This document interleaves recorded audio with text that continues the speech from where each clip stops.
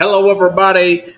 Welcome to Sports Scope on this 14th day. We are 14th day of November. We are 2 weeks away, folks.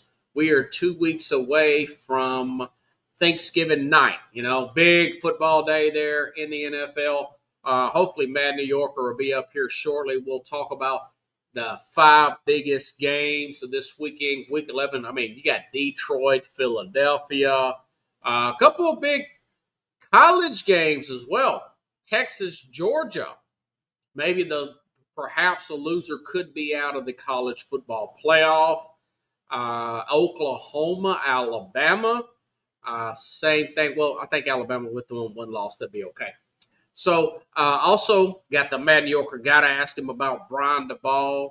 And, of course, I'll throw up my Brian Flores theory there. That would be a good one there as well. So stand by. We'll take our first early break, and we'll be back here momentarily and hit the ground running here on the Real Sports Scope. Hello, Sports Scope followers. The program has seen tremendous growth since going 5 days a week. I just wanted to thank everybody for your cash contributions and sharing the program with friends and families. Just a reminder, if you want to contribute to the program, go to the Cash App, the cash sign, and Sports Scope. There are other ways to contribute to the program listed at the bottom of the screen. If you want to advertise on the program, go to sports, that is sports with an S, another S, scope, SKOPE, at gmail.com, just like it's listed at the bottom of the screen. Thank you and enjoy the program. All righty then. Now I'm back here live. The Mad New Yorker has not came in yet, and I did send him the link, so we'll just have to play that one by ear. Now, we've got a game on tonight. We've got the Jets-Patriots. Patriots should play well, but mind you, they did come off of a big game. Big road game, big road win at Tampa, 12.5 points. I don't know, maybe the Jets keep this thing within that 12, possibly, I don't know, 30-20 type of game, and they beat that spread there, and the Patriots win. Could possibly get an upset. You never know. There was a big resurrection there from this Jets team last week. There was, but we'll see. Seems like there's some confidence in Aaron Glenn. We'll have to see how that thing plays out. The team played inspired football last week and got their second win of the season. But that being said, like I said, I like the Patriots to win, but we'll see what happens. I'm looking for them to be flat the way the Bills were. But Vrabel, very good coach, might be flat for a half or two, but he'll get the buttons pushed, and this team will hit the ground running and play well eventually. Okay? I want to thank everybody. Thank my Uber riders for coming on, subscribing. Want to thank the new subscribers last night to the YouTube channel. Up to, when I first started that channel, I think I had like 25, 30 subscribers. Now I'm up to like 122. And, I'm really thankful for that. Okay, so there is the Mad New Yorker who popped up backstage. Let me go ahead and add the.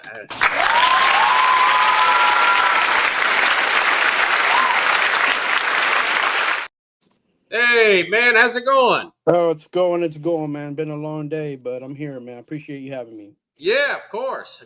Thanks for coming on the program. Got to get right to it there.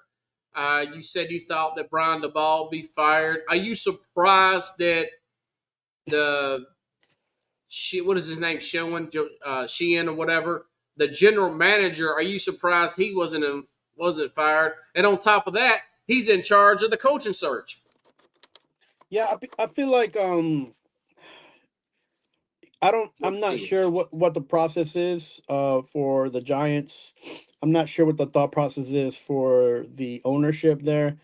Um, the way I saw it, the way I've always explained it was those two were like birds of a feather, and they she got in together and she got out together. Um, it's not to say that Joe Schoen doesn't deserve another opportunity elsewhere, but it's just something that I think you clean the slate. You know, you cut ties with everything and you restart, you rebuild, and you do it for the betterment of the franchise and for the team, right? You don't want to have that eerie feeling where the players go back and say, "Well, this guy got rid of coach, he could get rid of me," or some maybe sentiment. You know, people get heartfelt, sentimental about the how they were brought in. Maybe it was a coaching staff, maybe it was a GM together with the coaching staff. So you don't want any of that. You just want to clean yourself of everything. And I said it before. I didn't believe in them. I didn't trust that hiring. I don't think it was a good pick because they were just because the Buffalo Bills were doing well. They're not a championship team, and I feel like the Giants need to look for championship caliber GM and championship caliber coaching. And saying that, I just I'm okay with what happened with Dable, and shown should have been shown the door, right, or the same.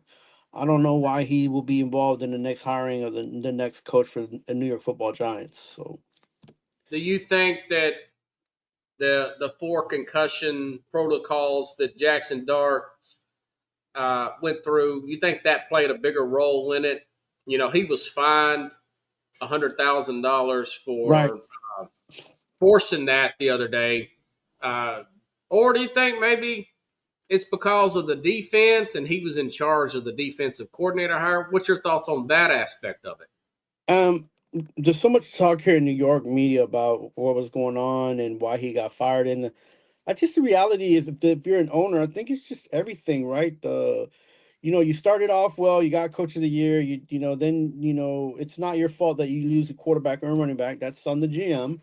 But then you have to pick up the pieces of what became, of that. You have to work with what you got. And it just looked like, it seemed like it got to a point where Dabo didn't have anything else to say, didn't have anything else in his pocket left. And being a head coach of a team like the New York Football Giants, you always have to look forward, and you always have to just keep moving on, and just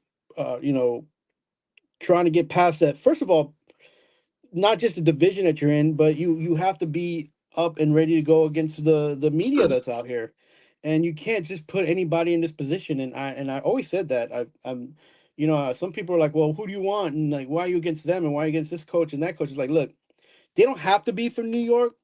Nobody has to be from New York to coach a New York team, but you have to understand New York. You have to Yeah, understand your fan base. You have to understand your team. You have to understand your owner. You have to understand the players that you have there. You have to recreate a culture. You have to recreate a mindset that you're all or none. Like, you can't just be like, yeah, we're gonna develop a quarterback. Yeah, we have one of the best players. That's not what any fans of New York Giants want to hear. They want to hear that we're gonna beat the Cowboys. We're gonna beat the yeah, Commanders. We're gonna win this division. We don't care who else we got to go through, and we need guys who want to run through brick everybody, walls. and yeah, and you got to get people to follow you, and you can't do that by looking around and not understanding why you have to answer these tough questions by the media, including guys like us, right? Because Yeah. we're not only fans, but we part of the media. We're posting stuff. We're engaging with other people. We're conversating, and we're using Oh, your yeah. name. So he didn't have it, man. He didn't have it, and it's okay. He could pick up the pieces, learn from it. And it's he seems like somebody that will be able to find another position in another team, and he should work from that. You don't regrets, don't have no regrets. You are in the biggest, you're on one of the biggest teams in the NFL, maybe not the best in the moment, but you had your try at it. You're not the Yeah. only one. He won't be the only one that fails, and he won't be the last one that fails. So you know Why do you think that they didn't fire that coordinator? I mean, the defense is really what's let them down this year more than yeah, anything. definitely. The one thing that when I made my prediction in the beginning of the year saying that the Jets and the Giants are going to pick fourth and fifth in the NFL draft was the Yeah, fact that you can't just win games on one of the teams. You have to have a combination and a balance. And those things didn't look like they were happening to me before people even started playing on the field. It didn't look like the balance was there on the roster, right? And who creates the roster was the GM. So, and if the GM goes in and tells you this is the team you have, you're the coach, you have to put something together that makes him at least give you an opportunity to compete. You got yeah, to be able to compete, and that competition mindset was not there for not the defense, which is supposed to be a top rated defense because they have so many. They're young, the mixture of youth, the mixture of the Dexter Lawrence, this guy you burn, you're getting all these guys from another team, and nothing. You got nothing from your defense, and what's worse is that your offense can't score points. Remember, I sat here and said, okay, they got Jackson Dart. He's got a rifle of a mark. Who's he throwing to? Fine, Neighbors. Okay, he's great. He's one guy. then Neighbors he is hurt. gets hurt, and then Who nobody.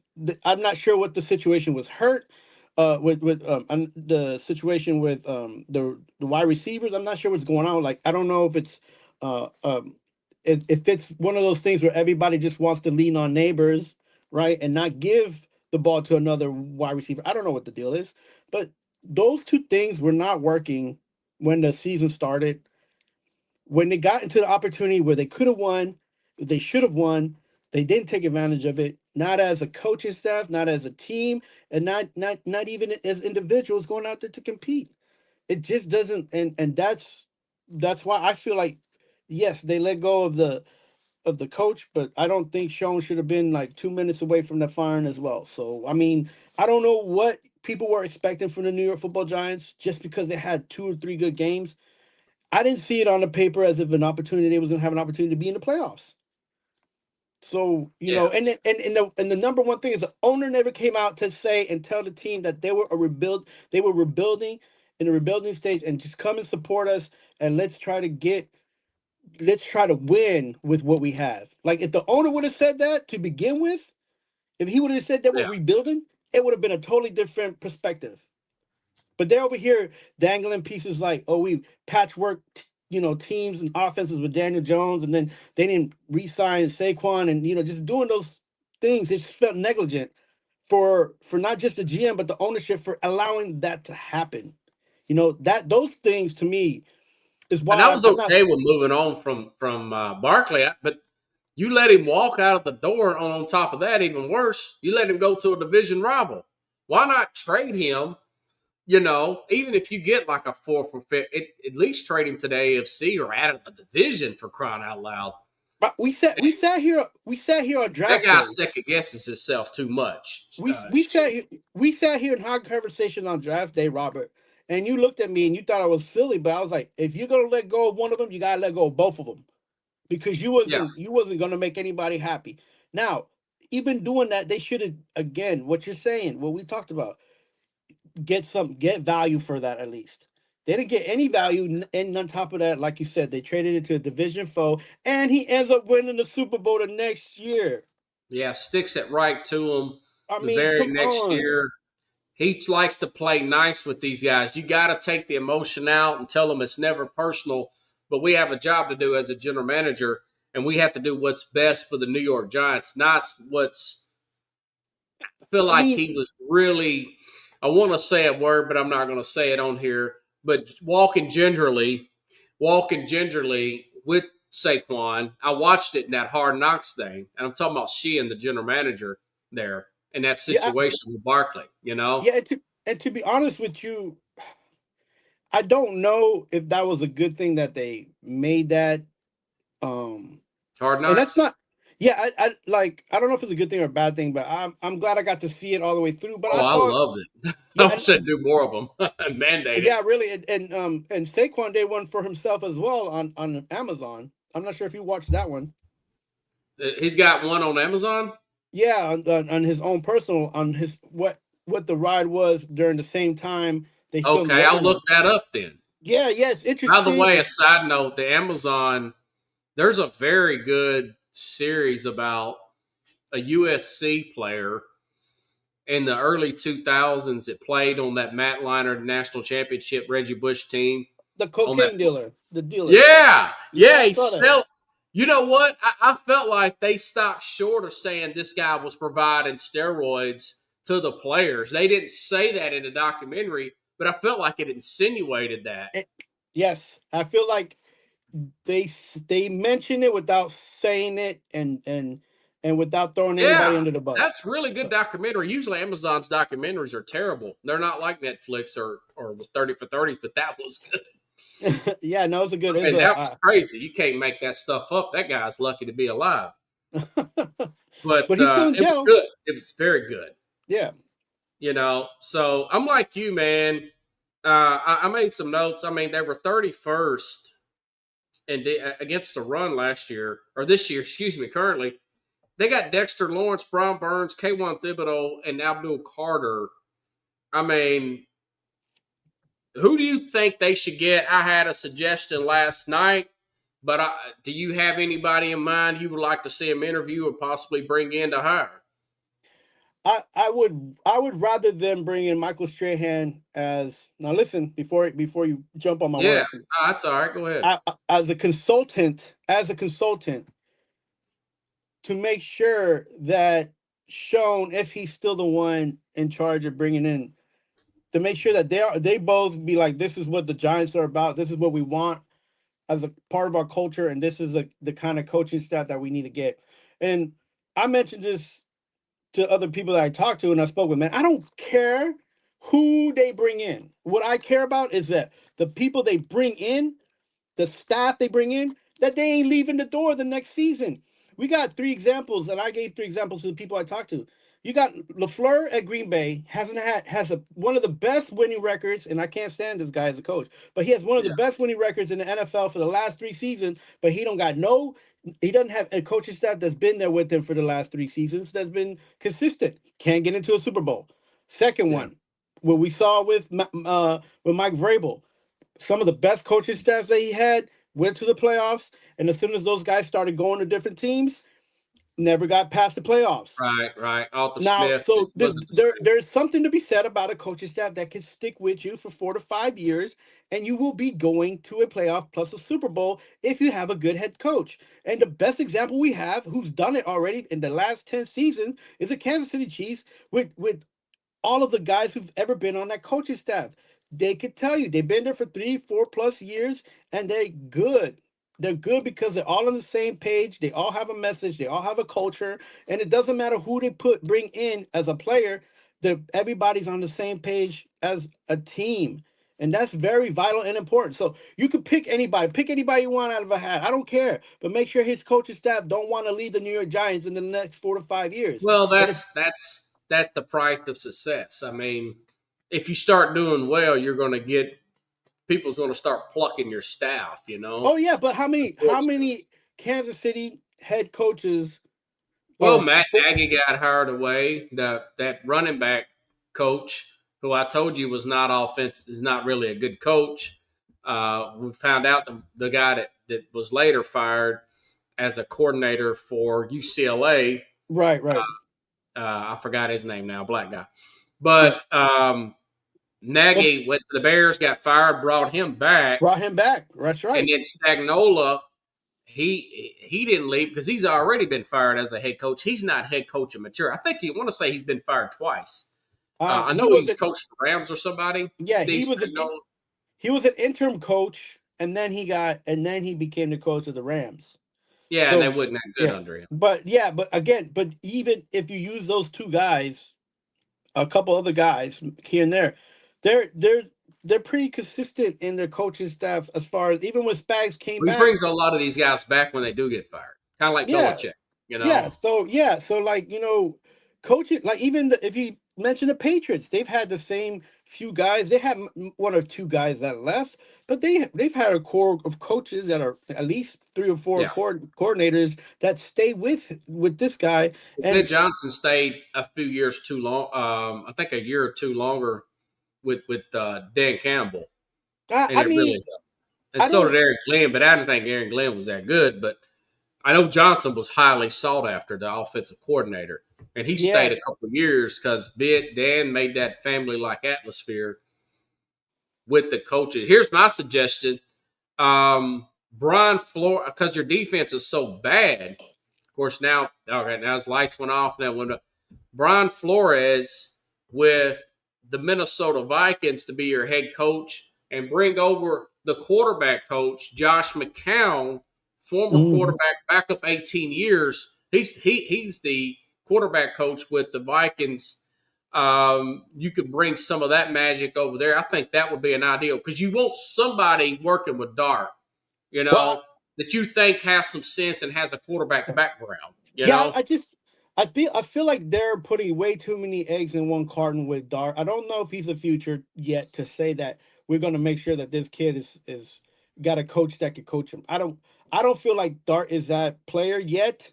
And I say that, No, I'm just saying that quarterback position's got to be important, though. Yeah, I know, but if you're the owner and you're the incoming coach, you have to be honest with yourself and say we're not sure if Dart is the future.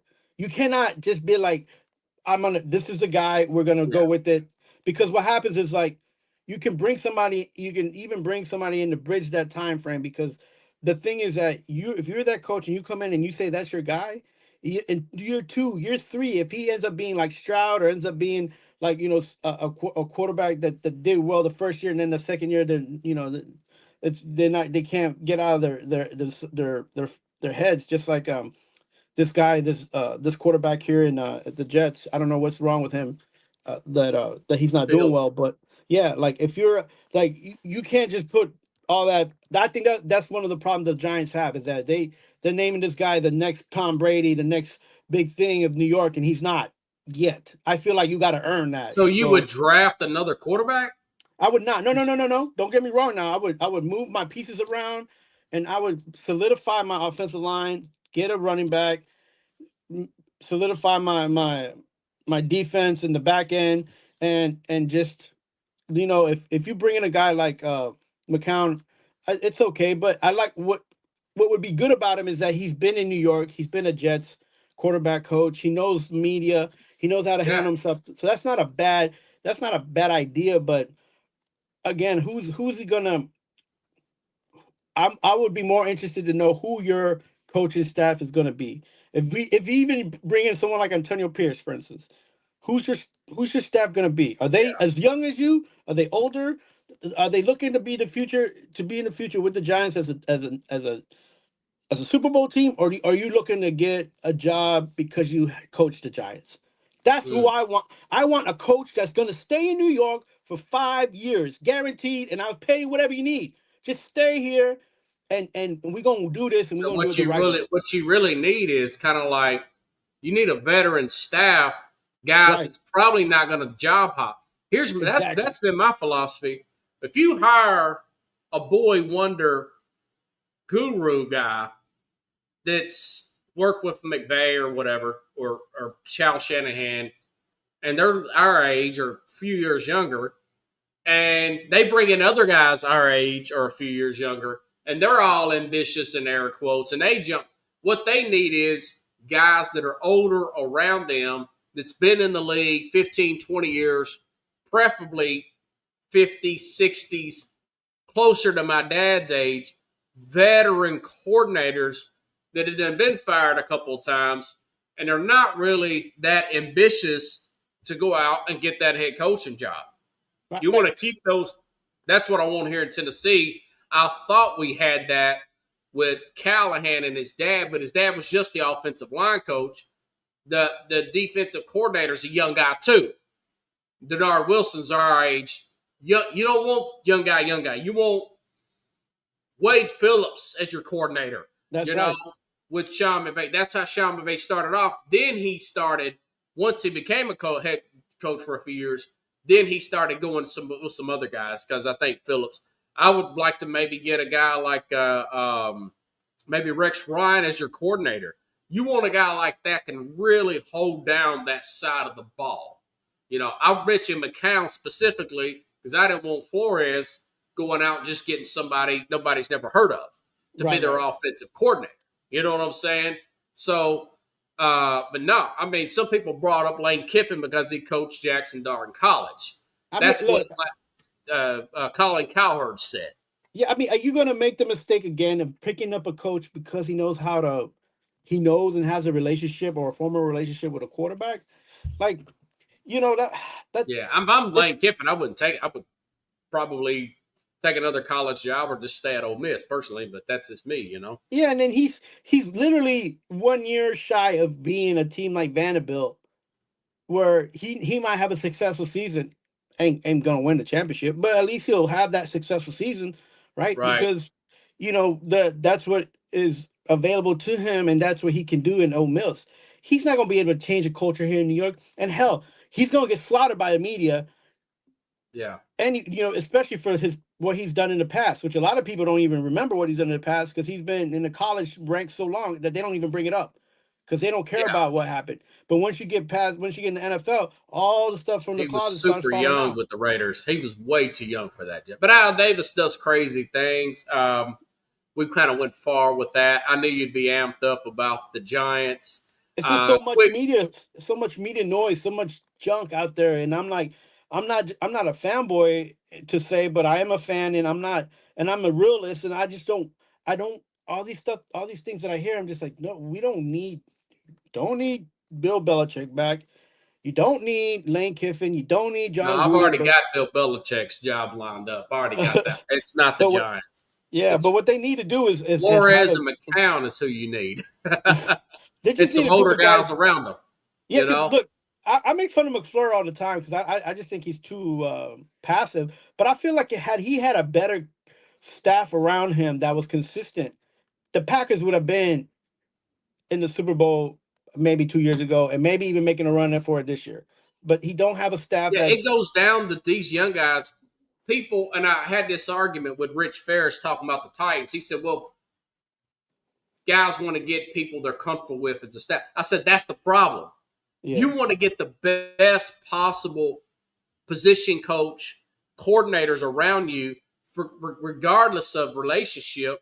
You have to put that stuff aside. And a yes lot of sir these millennials our age don't like to have conflict. They don't like to confront people. Well, I worked in management. Sometimes you got to confront people. Be concerned. You don't have to be disrespectful. You got to no be assertive with people. And a lot of guys our age, other than the McVay, they have issues with that. Cal Shanahan, who's that, he doesn't have issues with that. He moves off guys and fires them like nobody's business. And he sees a really good coach like a Robert Saleh. He brings him back quickly. He knows he's a good coach. But you really have to be assertive and not be shy away. Sometimes you got to get on to people who are older than you who are not getting it done. I might not know about defense if I'm Brian Callahan, but I'm getting on to the defensive coordinator and saying, what's going on here, man? If I'm Brian DeBall, I'm like, hey, what's this guy doing here? I got to let this guy. I think they should, personally, I think the Giants, I think DeBall is doing pretty good considering what he had. And I think they should have let that coordinator go. But they didn't do it. They didn't do it. I mean, that was the big hole. But I think that's fixable when you got talent like that on that defensive line. They got some talent. I look, and we talked about it even when during the draft show. I was like, I don't care if they draft first or second. They could sell those picks and build depth. They end up going with this guy from Penn State. Now, what have you done for me lately? You asking for LT's number and you're playing like TL, not LT. Like, come on, man. That's Like, true. That's That's true.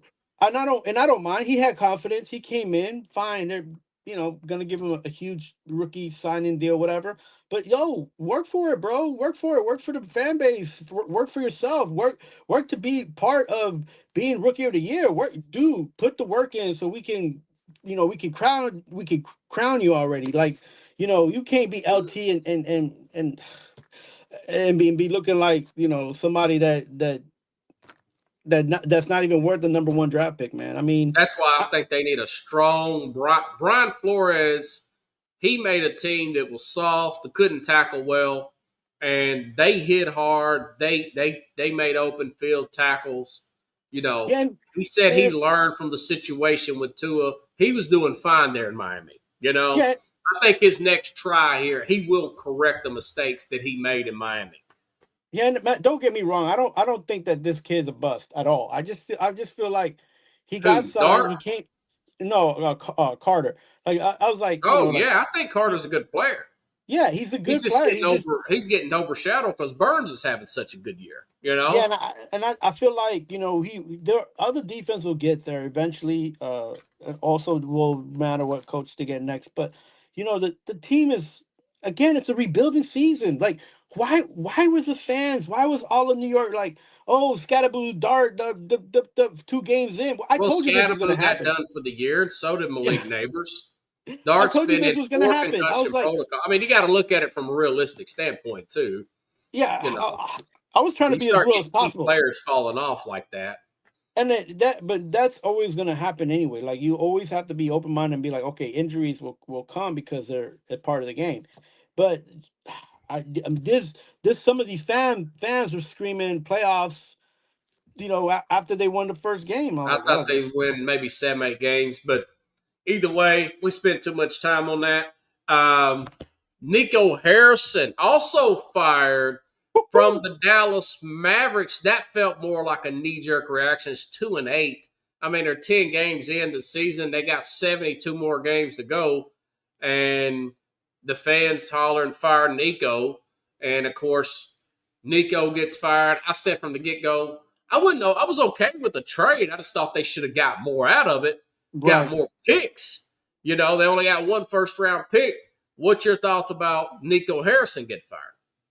I think that even though he got the first pick, everybody was gonna pick, which I wouldn't have picked him. I told you I wouldn't have picked him when we talked about Well, they did the luck in the Cooper Flag pick, yeah, yeah. I told you that was going to be the worst pick for as a number one. Um, and I said that remember we talked about that, and you're like, why? Mm-hmm. He's the best. I'm like, yeah, but he's young. He's no Kobe Bryant, is what I said. That's exactly what I said. It's Even like, Kobe wouldn't have brought this team better than 2-8 because Kobe had a terrible first year. I said he's 18 years old. I said right? bring him off the bench. He can't lead that team without No Kyrie's a way. point guard. Right. He's hurt for the hurt. So the problem is, even though you had that first round, you got your future. What you didn't do was you didn't get enough value back on the back end, and you didn't make that team better. You made the team the same, missing a superstar. You get what I'm saying? Like Yeah. the team didn't improve. It just is the Do you same. think they should have gave him more time, or you think that was justified? I I feel like he should have put himself in a better situation as an owner, as a GM with the owner. He should have made a better. He should have went in there with a better plan. He should have. Everybody should have been like. The problem is that the fans were feeling like they was going to be in the playoffs. Yeah. That's the problem. So I would have went to the owner and been like, "Listen, we gonna get this number one draft, but he ain't gonna bring us to the playoffs." And he didn't say that. He did not say that. He said we're gonna get the first round draft pick and we're gonna make it to the playoffs. That's the problem. And if you're gonna ride on that ship, you're gonna ride or die on that ship, then that's on you, man. It was his own fault. It was his own demise, his own writing on the wall that put him where he's at. After 10 games, that is the more you talk about it, the more I think it sounds ridiculous that they would fire the guy. He's the same guy that made the trades that got them to the finals the year before that, when they brought in guys like Derek Again, Lively, yeah, drafted what I'm trying Kyrie Irving. yeah, Yeah, but what I'm trying to tell you, Robert, is like you are supposed to get better every year. You're supposed to make moves as a GM that makes you a better team every year, every season. yeah. That's the point. And the fans were already upset when you took the team and you shifted it a little bit. Yes, you got the number one draft pick, but the number one draft pick Well, wasn't that pick isn't. was not the Lakers pick. That pick was their pick. They just got lucky and got it. But The Lakers again, pick is a 2029 first round pick, which they should have got more picks or not made the trade at all. I guess that's really what the owner's looking at and saying, and Luka Doncic had a year left on his contract. He wasn't up last year. right, They could have made that move this year. right. So I don't know what the need to rush it. I felt like Nico was probably a little gun ho there. And it sounds like he was like John Robertson, the Titans general manager, that he's overconfident because he had so much success leading up to that. Yeah. And was you okay with the idea of trading Luka, considering the fact the guy Yeah. is out of shape every single season, Yeah. has to play himself into shape, and they do a super max like 200 to 300 million or whatever, some ridiculous amount of money coming up this summer, coming up in 26. Yeah, I'm okay with it because I mentioned it before too. We talked about Luka, and I'm telling you, he's like in NBA terms, he's like 36, 37 years old, his body wise. Like Oh, you he's was okay compared. with the trade? Yeah, I'm Yeah. okay with it because Okay. you can't give him that much money, and then he's gonna be in crutches, the most of the season that you're paying him. Like you can't have that, man. Like I was okay with that. I'm not okay with, and like I said, you pick up the first round, the best pick in the draft. You pick him up, it falls in your lap. But what did You you think they do? should have traded him for another player or No, they could picks have. or something? They could have went out and gotten at least two more players. They could have traded, but I wouldn't have traded that pick. I don't know if I would have got Cooper Flag, but I mean, he I think probably he would had have been. 26 the other night. Flag's going to play off. You mark my word. I think the I mean, guy's if 18 years old right now. He was 17 last year. again, Yeah. I don't see those things that I saw that with Kobe Bryant. Like I don't see that. I don't see that desire and will like Kobe Bryant. Like I don't like even when Kobe was losing, he was upset that he was on the bench. Even when he didn't have an opportunity to, he was at least like trying to get himself onto the starting role. They gave this guy the starting role, so they didn't. So Because there they goes had to. And I said that. They I don't that need to do that. I know, but Yeah. that's the competitive edge that you start losing. Like, oh, you Yeah. don't have to, number one, we just give it to you because your contract says. Those kind of things don't help a player out. They don't make you Well, better. that stuff So right there will get you beat. for That sure. that and I just think 2-8. I mean, give the guy some more time. Let Jason Kidd toy with the lineup. They can move some pieces and maybe get John Morant on that team. I don't know. Also, so they got guys like possible Bob Myers, the top three guys that are possibly could get that job in the odds market are guys that are on the staff, which I think is stupid. Go try to get Bob Myers. He was also one of the odds makers.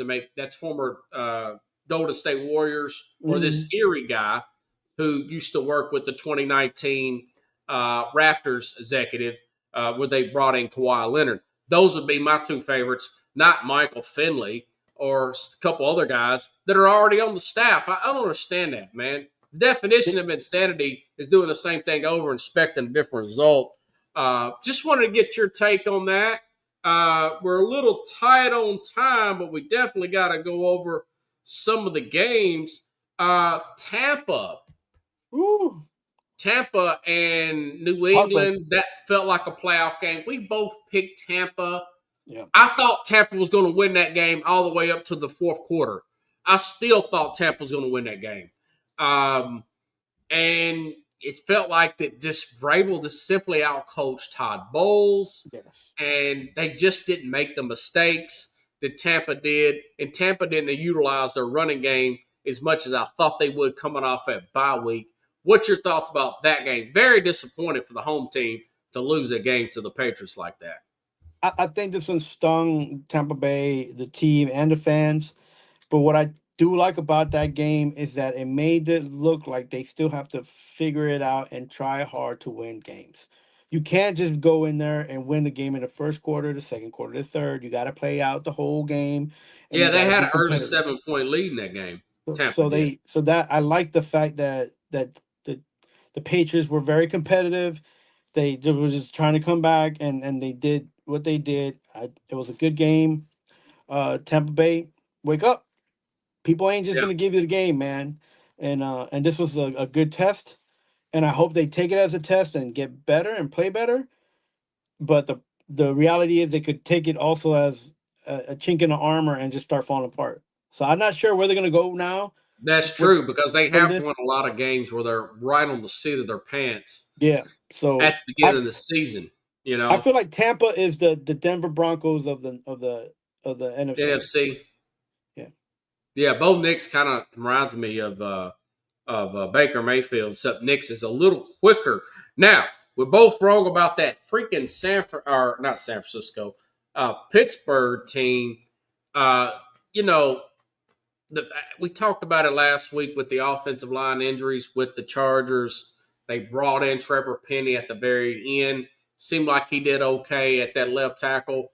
But the fact is, the fact that they had a right tackle out, he was on third string right tackle. Left tackle been out for a while, or the right tackle, the original right tackle was out in the preseason.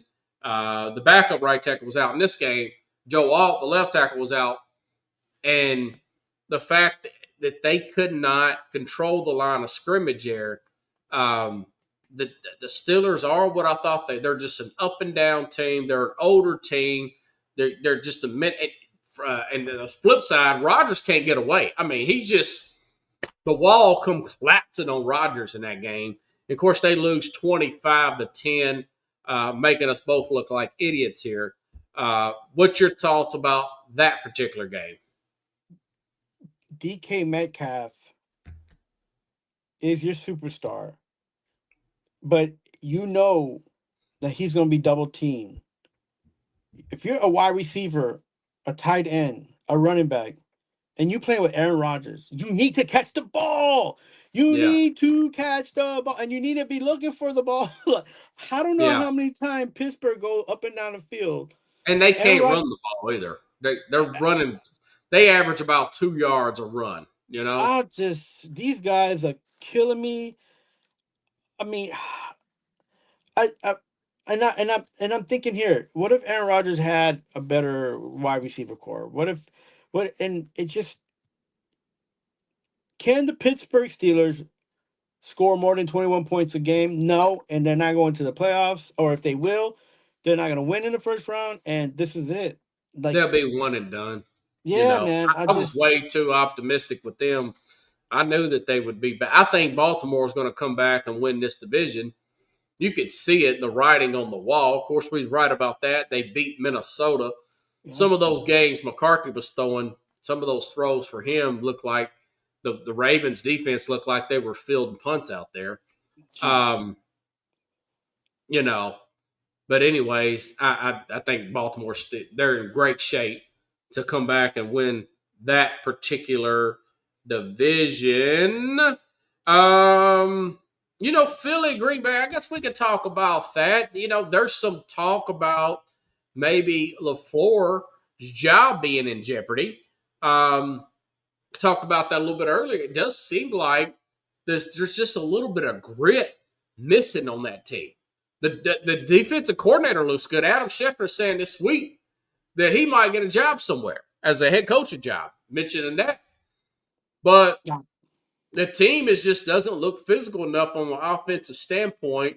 And Jordan Love, I don't know why they don't call this out on the film, LaFleur. He's always going for the long pass. He's always going for the big play. He needs to work more on the check down. Why don't he got that down? He's 6 years in the league. What's your thoughts about that game? Of course, we were right about it. We did pick Philly to win. I mean, Love, I don't know why people love Love. I just think he's a serviceable quarterback. I don't think there's anything special about him. People keep saying that there is. I don't see it consistent. I don't see it enough to be paying this kid what he's getting paid. What do you think about LaFleur? They ain't coaching for his job. A quarter asked him that today. I mean, listen, again, he's a good coach. He's got all these wins under him, but nothing to show for those wins. So yeah, exactly. So it's like, I mean, you can't take that away from him. He's doing something right, but there's just a whole lot of stuff that he's not doing right, and it can't. It's not just on him; it's the people he's surrounded by, and even if they do something wrong, they ain't there the next year to be corrected anyway. Yeah, it's true. So it doesn't. So I feel bad for the guy. I mean, in a sense, because I dislike that tree, that Shanahan tree. I dislike it, but you know, and again. It comes down, and one of the reasons I dislike it is because of the loyalty factor. I think he came from the Ram tree, McVay tree. Yeah. Well, that was part of the Shanahan. But then again, I think McVay came from Shanahan. So yeah, I hear you. So I was I like, hear you. they were always looking for the better, bigger job, and I'm like, bro, just win a Super Bowl, win a couple of them, like Right, right. That's what I was talking about earlier. Okay, so this week's 5 biggest games. I guess we can start off with the speaking of the Devils that we was talking about the Chargers earlier playing Jacksonville. Jacksonville wins one game on Monday Night Football. They finally get over the hump. Trevor Lawrence finally beats Patrick Mahomes, and then they lose 3 of their next 4 games, being like a total choke artist. That being said, Travis Hunter is down for the year. That's a whole nother topic of he shouldn't be playing both sides of the ball like that. I knew that was going to catch up with him. I said I wouldn't draft him if he demanded to be playing all the 100% snaps both sides. I thought that was crazy talk. My thing is, I do think Jacksonville's a little bit more banged up offensively as a whole than the Chargers are. Chargers defense looks pretty solid coming into this game. It's from a health standpoint. You remember last time these guys had a big game. This is somewhat of a big game, but 27-point collapse by the Chargers under the other head coach there in the playoffs, and Jacksonville comes back and wins. I don't think that happens today. I think the Chargers, that defense, and that makeshift offensive line goes to Jacksonville, wins. It'll be a competitive game, 24-20. I like Chargers on the road to beat the reeling Jacksonville Jaguars. What's your thoughts about that game? Yeah, this game is gonna be a grudge match. I feel like, and I hope the weather comes in as a factor just to Yeah, make it it should be more. okay down there. Yeah, I just wish it would be just disgusting so it can make it a little bit more challenging for both teams. But Jacksonville's starting to rear its head again. They came out strong, but now they're just, I don't know. They're so up and It looked like down, the and then same team under a different coach. and then the Chargers, they got a win under their belt, which they needed. I feel like the team, it's like a mirror match almost.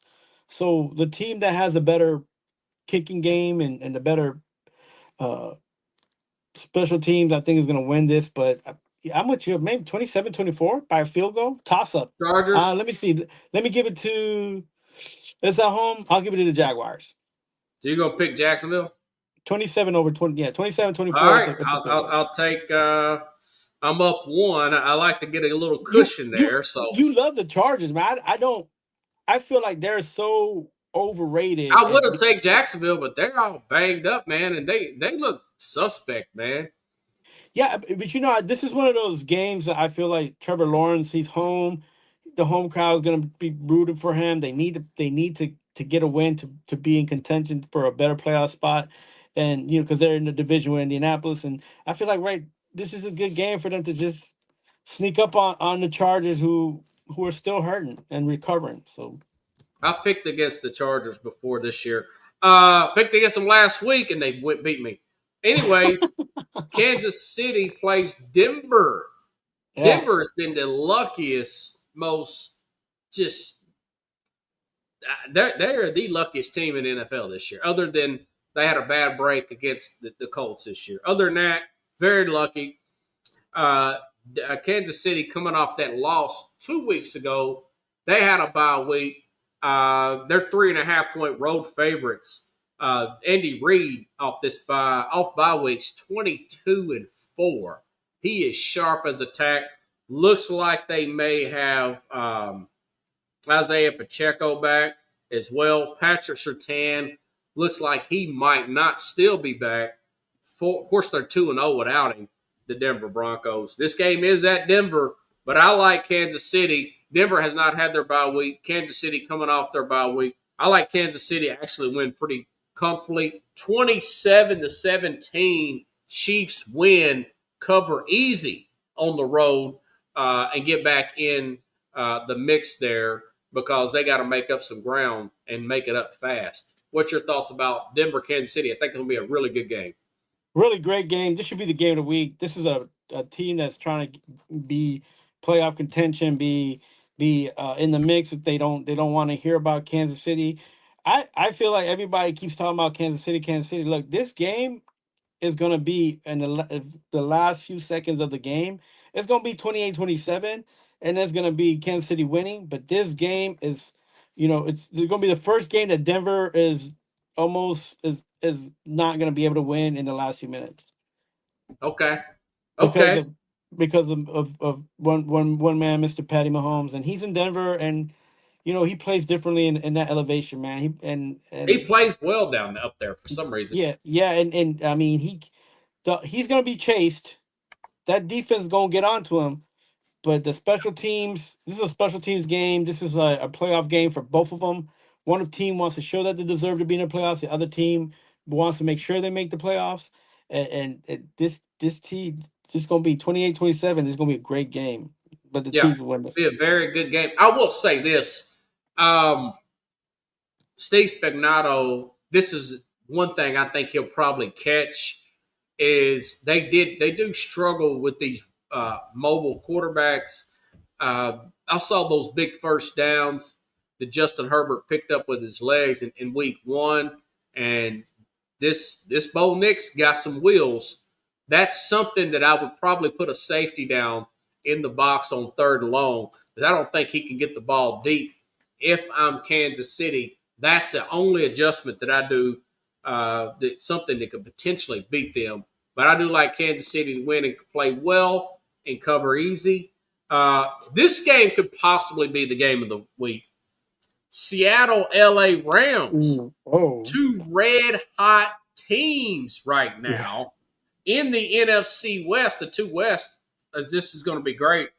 Both coming off big division, double-digit wins. Both of them are in my personal Power 5. Only injuries in this game. Seattle looked like their center might not play, this Jalen Sundell. But the Rams, I mentioned this yesterday. Matt Stafford, 25 touchdowns, 2 interceptions. Puka Nacua back a few games now. Devontae Adams a little banged up, but looks like he practiced today. He's going to be okay. I like the Rams. They win and take over first place and go to 8-2, and they knock Seattle down to 7-3. The last time they played in LA, it went into overtime. So this is a very good game here. 27-23, Rams win, but this will be another very airtight game. Can't wait to see it on Sunday afternoon. Yeah, the fact that we have to pick a winner for this game, it's going to be a good one. It might go overtime. It did go overtime one of their games last year, but that was with Geno Smith. Yeah, and they're indoors, so the game's going to play fast for both teams. They don't have to worry about weather. What do I want? I like Los Angeles and what they're doing, but I've been a fan of Seattle and their young defense, and now all of a sudden they're growing up. They seem to be coming together. They were very impressive last week. I like for them to take over this game to try to set the tone, and man, give me Seattle. They're gonna win this game 28-21. Wow. Man, you going against the grain. You trying to get the lead on me, ain't you? No, well, I have a feeling that this young group is gonna get to Matt Stafford because they're fast. Mm-hmm. And Matt Stafford, he's got a quick release, but we'll see if his release is faster than some of these dogs that Seattle has. Well, the Rams got pretty good defense too, though. No. I'm not. With Donald but Darnold can still run for his life. Matt Stafford can't. Darnold's a pretty good athlete. Yeah, and Stafford. We'll see what happens, man. You like Seattle? I like the Rams. And now, mind you, this is an MVP caliber season for Matt Stafford. I 25-2. He'd probably be the front runner right now with those numbers. I hope this O-line can keep him upwards and that there's nothing bad that happens to him. I just knock on wood on that. But I expect that defense to get onto him. So I'm gonna take that 20. What did I say? 28-21. 28-21. Seattle. 28-21. Yeah, Seattle win this. Seattle. I picked the Rams. Tampa Bay at Buffalo. Now, but let me say this. This is a quick off side note here. Buffalo lost last week in Miami. They were flat, 30-13. If they don't win the Super Bowl this year, if I'm the owner there of the Bills, I fire Sean McDermott there, and I call Bill Belichick. I bring Bill Belichick back to the NFL. His buyout, by the way, is peanuts for an owner, less than like $1 million. Down there in Carolina, he's starting to get things going in Carolina, but he would love an opportunity to coach a guy like a team like Buffalo with a player like Josh Allen. And I would bring former coordinator Brian DeBall back there. He's also worked with Bill Belichick before in the past. That's a different topic, but that's what I would do no matter, not unless they win the Super Bowl this year. They have to win the Super Bowl. If not, McDermott's fired, Bill Belichick, McDermott's out, Belichick and Brian DeBall are in. All that being said, Bills are going to be ticked off. Your Tampa Bay Bucks are going to be ticked off. This game's played in Buffalo. Buffalo's 5.5-point favorites coming off this loss. They're susceptible against the run, but Tampa is 24th in rush offense. They're very dependent on Baker Mayfield making big plays down the field. I don't see this thing happen. I think Bills play up to their talent level. No major injuries on either team. The over-under is 47.5. I like the Bills 27-20. This will be a good game because Baker's going to keep some fight with that Tampa team. 27-20 Bills win. What's your thoughts about that game? Another good one. Yeah, so these whirlwinds from Canada and this being in Orchard Park, the best place in the world to play football on a Sunday. Give me a break. Listen, Tampa Bay's they gonna struggle in this weather, not because it's just cold, but not just Really? because it's cold. I thought you'd have a different take than that. No, Baker's played in cold weather. He don't care about it, but it's not Baker. It's the other players, and some of these players are from the South in the Southeast, and I'm like, man, just look, Buffalo get back on the winning side. This game's gonna go 24-21. Baker's gonna be one game short of trying to do things and be the better quarterback in this game, but this game won't have nothing to do with the team. This is all about the weather and that wind, man. That wind is crazy. You can't throw in it. And by the way, side note, I wonder if Allen still has a chip on his shoulder that he wasn't the number one pick over Baker Mayfield. Mayfield was number one pick in 2018. I want to say that Allen was number 7, and of course number 32 was Lamar Jackson. Both of them turned out to be better players than Now Mayfield's caught up and played well, but I don't think he surpassed these guys. That's another little tidbit going back to the 2018 draft. I don't know if you forgot about that or not. No, but I ain't forget about thought, maybe a little extra motivation for Josh Allen. Ain't nobody forgot about Dre, but I will just say this: my take, and you think the Allen in the back of his mind's probably thinking about that, ain't he? Yeah, look, forgot about Dre. I have this take. I have this take about these guys, and my take is Allen staying in Buffalo and Joe Burrow staying in Cincinnati are the two best quarterbacks that will never win a Super Bowl on those teams. And they both could be Dan Marino. That's true. Yep. And I say Jim that, Kelly. and I'll stay to that until they move and win a Super Bowl somewhere else. Yeah, it's unfortunate. It's unfortunate. Okay, last NFL game, but not least, I thought about this game all week. I wanted to go the other direction in this game, but I have to pick with my head, not my heart. Detroit, Philadelphia. I knew it. I knew you was going to. The Lions be Eagles, lying. The Eagles Lions seem be to lying. have. Well, listen, the Lane Johnson got hurt Monday night. Jalen Hurts does not have a winning record when Lane Johnson misses games, but Lane Johnson's been back at practice today, man. Fully practiced. That's the right tackle for the Eagles. A.J. Brown doing A.J. Brown things, been moaning and groaning all week. Even though they won the game, that's A.J. Brown for you if he don't get the rock.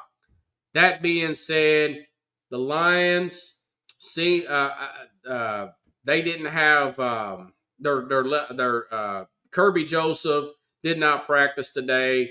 Safety Terran Arnold did not practice today, and it looks like they might not have their star tight end. What's his name?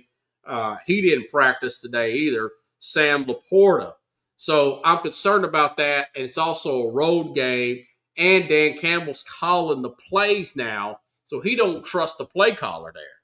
I like what he said. We're going to need it out of all three phases.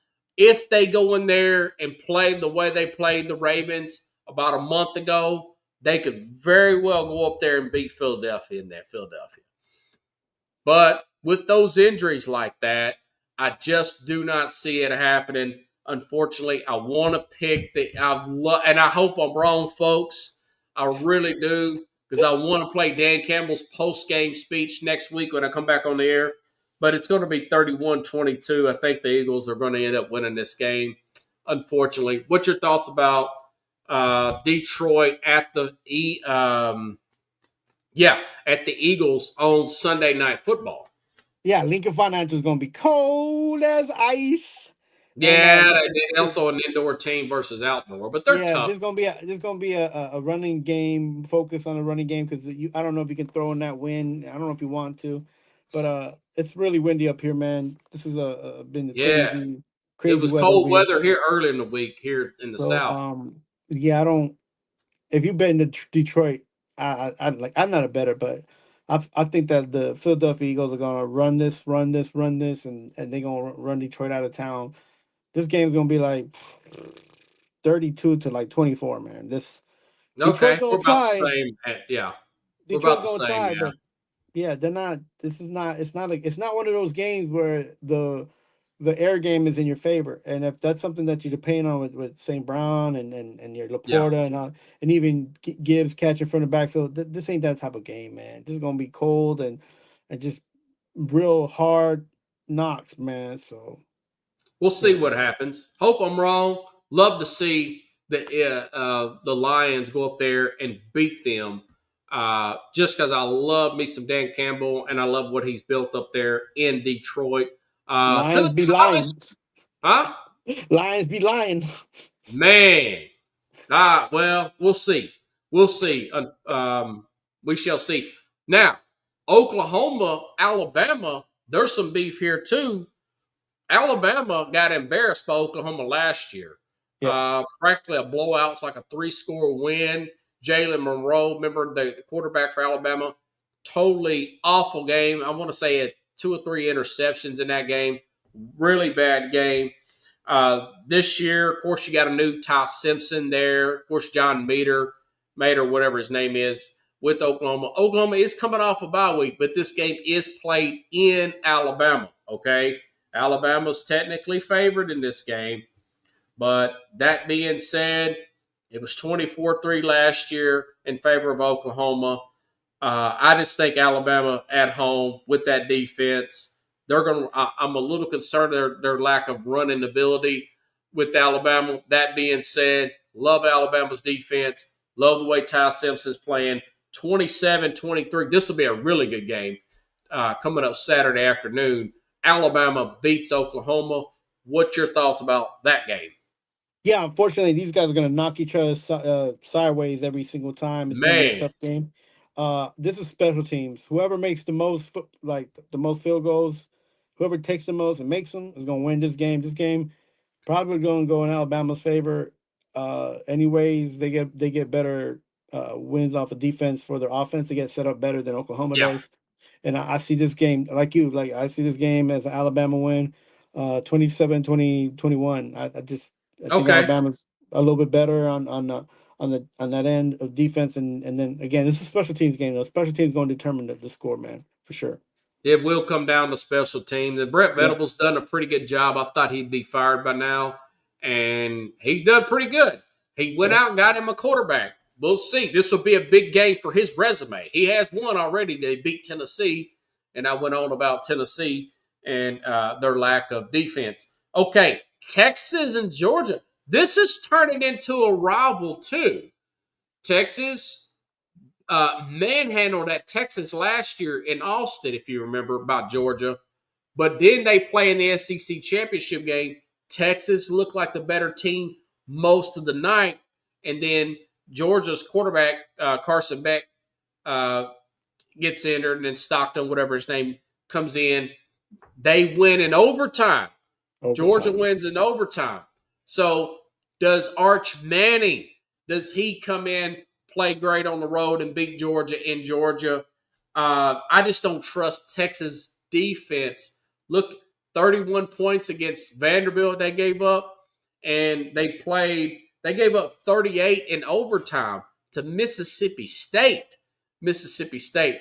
I don't think they're ready yet, Texas is, to beat Georgia. I'm thinking Georgia wins at home, true home game, 31-24. This will be a great game. This is going to be Saturday night. What's your thoughts about that game? Yeah, Saturday night goes to the Dogs. Texas is not going to have enough in the gas tank for the Dogs running all over them, and you know, the good thing that they're at home, they can celebrate it. Going to be partying all weekend long down there, and I wish I was down there with them because that look like it's going to be fun for them. Wait, And I feel bad for Texas because they've been Arch Manning and all that. They've been trying to bring in the excitement, but there's nothing exciting about losing down there in Georgia, man. To tell you the truth, so that's gonna be a good game, but that Georgia's gonna What's the take that score? one. Just text to 32-21. 32 Georgia. Okay. Yeah. All right. That concludes two college games, 5 NFL, the 5 biggest games. Anything else you need to plug? No, man, just it's been cold here. Been trying to warm up, get some stuff done, wrapping up the How high school cold is it shirts. in New York City right now?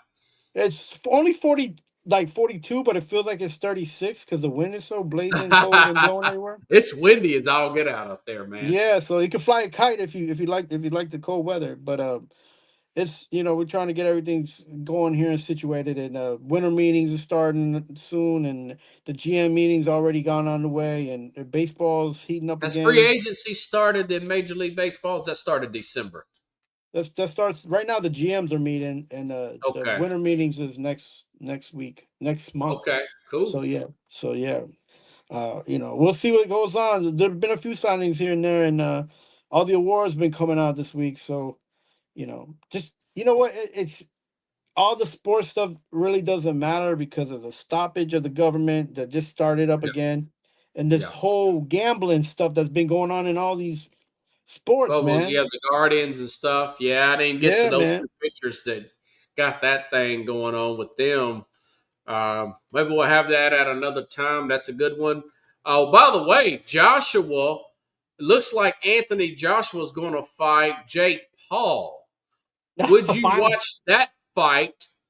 I'll watch anything with that guy. Jake Paul's hilarious. This is another actual heavyweight contender here. He was actually a champion at one time. That'll be on Netflix next month. Would you watch that fight?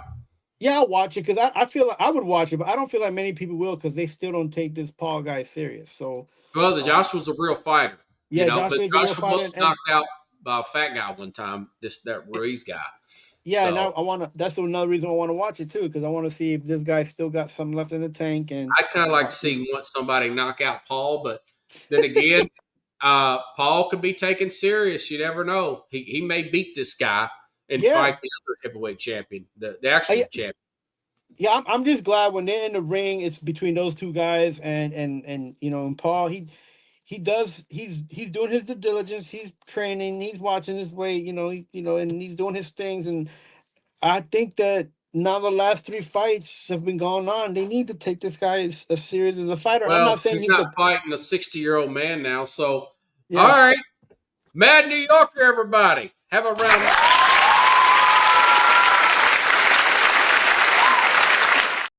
Appreciate you, brother. Thanks again. All right, everybody. I'll see you next week. Enjoy the games and make sure if you like the show, share the show. Also, subscribe to the YouTube channel. I want to get those numbers up. Have a good night, everybody.